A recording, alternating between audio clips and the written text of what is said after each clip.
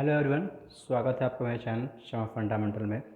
आज हम बात कर रहे हैं class 10 chapter number 2 acid base and salts के बारे में। ठीक है, तो स्टार्ट करते हैं। जैसा कि आपको पता है कि मैटर क्या होता है। कोई भी चीज़ जो हमारे आसपास स्पेस ऑक्यूपाई करती है वो मैटर है। ठीक है, स्पेस ऑक्यूपाई करने का मतलब क्या है? लेंथ, ब्रेथ और हाइट हो, उसका कुछ मास हो तो वो मैटर कहलाता है। ठीक है, ये बात हम क्लास 9th में पढ़ चुके हैं। फिर यही चीज़ आपने थोड़ी बहुत 9th में पढ़ी होगी कि जो मैटर है हमने उसको क्लासीफाई कर रखा है on the basis of physical nature and chemical nature. ठीक है, तो सबसे पहले क्या बोलते हैं, फिज़िकल नेचर के हिसाब से जो मैटर है वो सॉलिड, लिक्विड और गैस। ठीक है, ये सारी की सारी चीज़ें हम क्लास 9th में पढ़ चुके हैं। ठीक है, इसकी ज़रूरत बिल्कुल भी नहीं है। अब हम आगे बात कर रहे हैं केमिकल नेचर की। तो केमिकल नेचर के हिसाब से जो मैटर होता है वो दो में बटा हुआ है, एक प्योर सब्सटेंस, एक इम्प्योर सब्सटेंसेस। प्योर सब्सटेंसेस में एलिमेंट एंड कंपाउंड आता है। एलिमेंट की बात करें तो 3 हो गए, मेटल, नॉन मेटल और मेटलॉइड। ये भी आप थोड़ा बहुत 9th क्लास में चैप्टर नंबर 2 में पढ़ चुके हैं। ठीक है ना। फिर बात आती है कंपाउंड की। तो कंपाउंड अगर आपने डिफाइन पढ़ी होगी 9th क्लास में कि कंपाउंड का मतलब क्या होता है। कंपाउंड का मतलब ये है when two and more than two element combine chemically and form compound.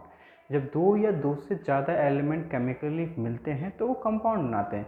Compound 3 तरह के, एसिड्स, बेसिस एंड सॉल्ट्स। ठीक है, फिर बात आती है इम्प्योर सब्सटेंस की। इम्प्योर सब्सटेंस भी आप पढ़ चुके हो क्लास 9th में। मिक्सचर 2, होमोजीनियस मिक्सचर और हेट्रोजीनियस मिक्सचर। इसकी ज़रूरत नहीं है, हमें इस चैप्टर में सिर्फ और सिर्फ पढ़ना है एसिड्स के बारे में, बेसिस के बारे में एंड देन सॉल्ट के बारे में। ठीक है, एसिड्स क्या होते हैं, बेसिस क्या होते हैं, सॉल्ट्स क्या होते हैं। अब हम बात कर रहे हैं ये जो चैप्टर है एलिमेंट के बारे में कि मेटल, नॉन मेटल, मेटल, ये हम प्रॉपर पढ़ेंगे चैप्टर नंबर 3 में, जो कि 10th क्लास में ही है। ठीक है, तो स्टार्ट करते हैं। सबसे पहली चीज़ कि हमने पढ़ा कि 3 तरह के होते हैं compound, acid, base and salt. तो फिलहाल हम पढ़ेंगे सबसे पहले एसिड्स के बारे में, देन बेसिस के बारे में, फिर सॉल्ट्स के बारे में। ठीक है ना। तो सबसे पहले हमें पढ़ना है एसिड्स के बारे में। ठीक है, तो प्रॉपर्टीज़ ऑफ एसिड। तो एसिड्स क्या होते हैं? तो नॉर्मल सी बात, जो एसिड है, एसिड टर्म एसिडस से आया है जिसका मतलब होता है सॉल्ट। ठीक है, उसके बाद जो एसिड एक ऐसा केमिकल सब्सटेंस होता है, आपने पढ़ा होगा लिटमस वर्ड कभी। तो लिटमस एक इंडिकेटर सा होता है जो ये इंडिकेट कर देता है कि दिया गया सब्सटेंस एसिड है या बेस है। ठीक है, तो फिलहाल अगर एसिड होगा तो ब्लू लिटमस को रेड में कन्वर्ट कर देता है। आपको ये बात याद होनी चाहिए। ठीक है, फिर उसके बाद ना ये है कि जितने भी एसिड्स होते हैं वो पानी में जाने के बाद H+ आयन प्रोड्यूस करते हैं। H+ का मतलब क्या होता है? Hydrogen ion. ठीक है, तो फिर जैसे कि मैं बात कर रहा हूँ कि एसिड्स के example hydrochloric acid, sulphuric acid, nitric acid, ये एग्जांपल है। और भी बहुत सारे एसिड्स होते हैं। ठीक है, मैं बता रहा हूँ कि जैसे कि HCl लिया हमने। ठीक है, HCl को हमने वाटर में डाला।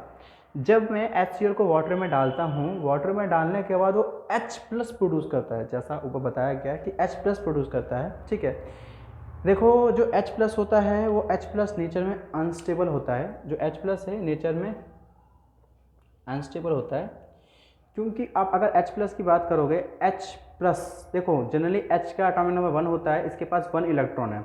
अब H+ का मतलब क्या है कि वो भी इलेक्ट्रॉन निकल चुका है। तो ऐसा कोई एलिमेंट है जो बिना इलेक्ट्रॉन के एग्जिस्ट करता हो ना। इसीलिए जो H+ है वो स्टेबिलिटी पाने के लिए वाटर से रिएक्ट करता है और बना लेता है हाइड्रोनियम आयन। ठीक है, जो आपका H+ है वो नेचर में अनस्टेबल है। स्टेबिलिटी पाने के लिए वो H2O से रिएक्ट करके क्या बना लेता है? H3O पॉजिटिव, जिसे हम कहते हैं क्या? ये हाइड्रोनियम आयंस। ठीक है, इसे हाइड्रोनियम आयन कहते हैं।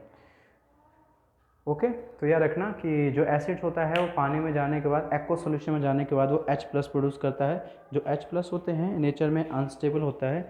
वो स्टेबिलिटी पाने के लिए, शायद थोड़ा दिखा नहीं आपको, सॉरी। जैसे कि जो H+ है नेचर में अनस्टेबल होता है, वो वाटर से रिएक्ट करके स्टेबिलिटी पा लेता है। किस फॉर्म में? हाइड्रोनियम आयन में। हाइड्रोनियम आयन का फॉर्मूला क्या होता है? H3O positive.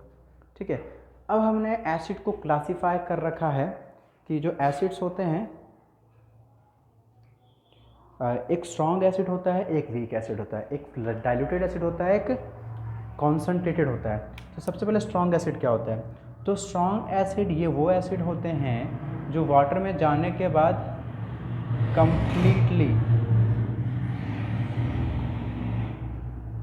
कंप्लीटली आयोनाइज हो जाते हैं। स्ट्रॉन्ग एसिड पानी में जाने के बाद कंप्लीटली आयोनाइज होते हैं, और जो वीक एसिड होता है वो वाटर में जाने के बाद पार्शियली आयोनाइज होता है। ये पार्शियली आयोनाइज, ये कंप्लीट आयोनाइज का मतलब क्या है कि वो कंप्लीटली ब्रेक हो जाता है H+ आयन में, और ये कंप्लीटली ब्रेक नहीं होते H+ आयन में, ठीक है। तो ये है वीक एसिड, स्ट्रॉन्ग है। हम इसके आगे जाके एग्जांपल पढ़ेंगे कि वीक एसिड कौन होते हैं, स्ट्रॉन्ग एसिड कौन होते हैं, ठीक है। फिर अब बात करते हैं डाइल्यूटेड एसिड की। तो डाइल्यूटेड एसिड क्या होता है? डाइल्यूटेड एसिड वो एसिड होता है, पहले हम कॉन्सेंट्रेट पढ़ लेते हैं। देखो कॉन्सेंट्रेटेड एसिड ये वो एसिड होता है जिसमें H+ आयन ज़्यादा होता है और वाटर लेस। ये मतलब उस होता है, सिंपल ऐसे याद कर लो कि कॉन्सेंट्रेट एसिड में एसिड ज़्यादा होता है और वाटर लेस होता है, एसिड हाई होता है।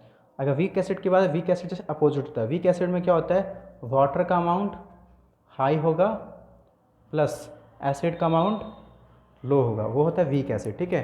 तो जनरली हम कॉन्सेंट्रेटेड एसिड को वीक एसिड बना सकते हैं, क्या करके? डाइल्यूट करके। ये आपने टर्म सुना होगा, डाइल्यूट एसिड क्या होता है, ठीक है ना। तो शायद आपको समझ में आ गया होगा। तो अगर आपको वीडियो अच्छी लगी, बाकी हम आगे बढ़ाएंगे इसके, अगर आपको वीडियो अच्छी लगी तो लाइक करना, शेयर करना। Thank you.